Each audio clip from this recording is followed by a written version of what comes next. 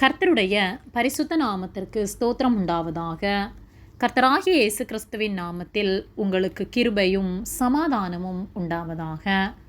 இந்த நாளுக்குரிய தியானத்திற்கான தேவ வார்த்தை எரேமியா அதிகாரம் 29 வசனம் 12. அப்பொழுது நீங்கள் கூடி வந்து என்னை தொழுது கொண்டு என்னை நோக்கி விண்ணப்பம் பண்ணுவீர்கள், நான் உங்களுக்கு செவி கொடுப்பேன். பிரியமானவர்களே, கர்த்தருடைய பிள்ளைகளாகிய நாம் கர்த்தரை நம்பி அவர் வார்த்தைகளுக்கு கீழ்ப்படிந்து வாழும்போது கர்த்தர் நம்மோடு கூட இருந்து நம்மை ஆசீர்வதிப்பார்.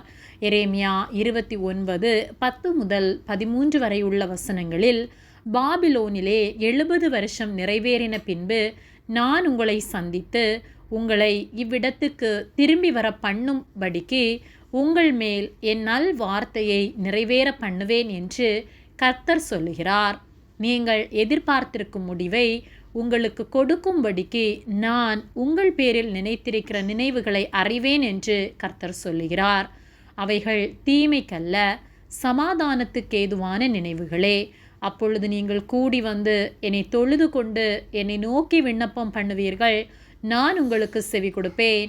உங்கள் முழு இருதயத்தோடும் என்னை தேடினீர்களானால் என்னை தேடுகையில் கண்டுபிடிப்பீர்கள் என்று சொல்லப்பட்டுள்ளது. இஸ்ரேல் ஜனங்கள் கர்த்தரை விட்டு வழிவிலகி அந்நிய தெய்வங்களை வணங்கினார்கள். கர்த்தருடைய ஆலயத்திலே கர்த்தருக்கு அருவருப்பான காரியங்களை செய்தார்கள். கர்த்தர் அவருடைய தீர்க்கதரிசிகளை கொண்டு அவர்களுக்கு சொல்லியும் அவர்கள் அதை கேட்காதவர்களாய் தங்கள் மனம்போன போக்கிலே வாழ்ந்தார்கள். இது நிமித்தமாய் கர்த்தருடைய கோபம் பற்றி எரிந்தது. கர்த்தர் யூதா தேசத்தை அந்நிய தேசத்து ராஜாக்களுடைய கையிலே ஒப்பு கொடுத்தார்.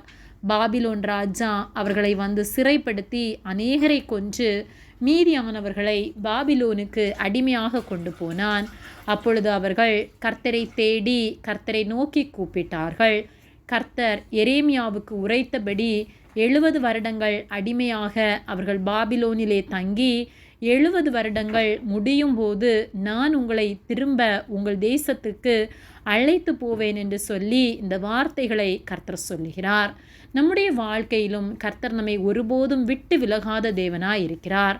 நாம் அவரை விட்டு விலகும்போது கர்த்தருக்கு அருவருப்பான காரியங்களை நாம் செய்யும்போது நம்மை சிட்சிக்கிறார். தவறு செய்யும்போது நம்மை உணர்த்துகிறார். இது தவறு என்பதை நாம் உணர்ந்தவர்களாய் அவரிடத்தில் திரும்புவோமானால் நாம் தப்புவிக்கப்படுவோம்.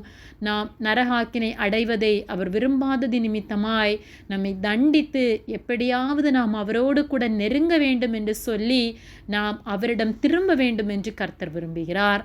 ஆகவே நம்முடைய வாழ்க்கையில் போராட்டங்கள் வரும்போது அந்த போராட்டத்தில் இன்னும் கர்த்தரை முறுமுறுத்து விலகாமல் கர்த்தரிடம் நாம் திரும்புவோமானால் கர்த்தர் நம்மை அவரிடமாய் திருப்புவார். கர்த்தர் நம்முடைய விண்ணப்பங்களுக்கு செவி கொடுப்பார்.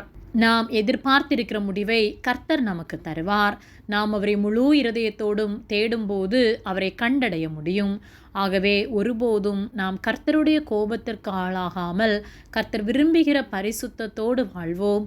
நம்மை மீட்டெடுக்கும்படியாக, பாவத்திலிருந்து நம்மை விடுவிக்கும்படியாக கர்த்தர் இந்த உலகிற்கு வந்தார். ஆகவே அவராலே கழுவப்பட்ட நாம் இன்னும் அவரை துக்கப்படுத்தாதபடிக்கு அவர் விரும்புகிற வாழ்க்கை வாழ்வோம். கர்த்தர் நம் ஒவ்வொருவரோடும் கூட இருந்து நாம் நீதியின் வழியில் பரிசுத்த வழியில் வாழ நமக்கு உதவி செய்வார். ஆமேன். ஜெபம். எங்களை அதிகமாக நேசித்து வழிநடத்தி வருகிற எங்கள் அன்பின் பரிசுத்த பிதாவே, இந்த நாளையும் நாங்கள் காணும்படியாக நீர் எங்களுக்கு ஜீவனை தந்த அன்பிற்காக நன்றி செலுத்துகின்றோம். நாங்கள் தியானித்த வார்த்தையின்படியே நாங்கள் ஒருபோதும் உம்முடைய வார்த்தைகளுக்கு கீழ்ப்படியாமல் நீர் அருவருக்கிற எந்த காரியங்களையும் செய்யாதபடிக்கு எங்களை காத்து கொள்ளும்படியாய் ஜெபிக்கின்றோம்.